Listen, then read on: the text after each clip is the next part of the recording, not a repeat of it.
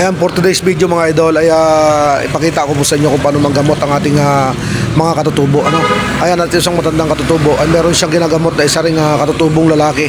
Ayan, at bagamat parehas po silang katutubo, hindi rin po sila malimit nakikita, kung kaya dito sila nagkita sa public market sa bayan Puro Mansalay.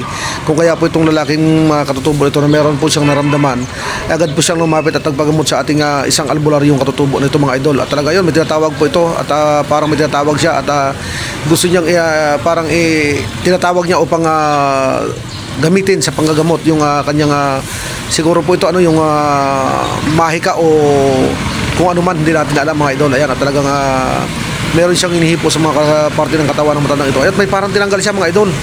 Ayun, parang may tinanggal siya, parang hindi mo natin kung buhangin o parang ano yung tinatanggal niya sa parte ng ulo ng isang lalaking katutubo nito. Ayan mga idol. Ayun, may tinatanggal siya Kada hirit niya po yung parang buhangin na tinatanggal niya Ayan mga idol, napakahusay ng matandang ito.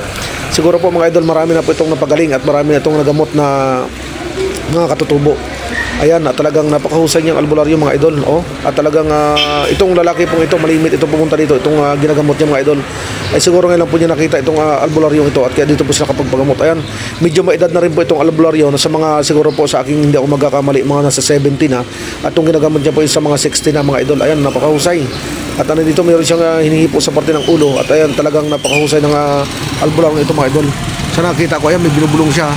At patuloy niyang hinihilot o hinihipo ng kanyang presensya yung katutubo. Ayan, siguro sa mga kapanood po ito, maraming salamat at patuloy niyo pong suporta at samahan ako.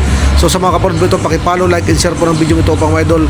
Mas marami tayong matulungan at mas marami pa tayong may pakitang mga video sa inyo ng mga ganda mga idol. At siyempre po, pakisuportahan po ninyo. Maraming salamat, ingat lang, God bless.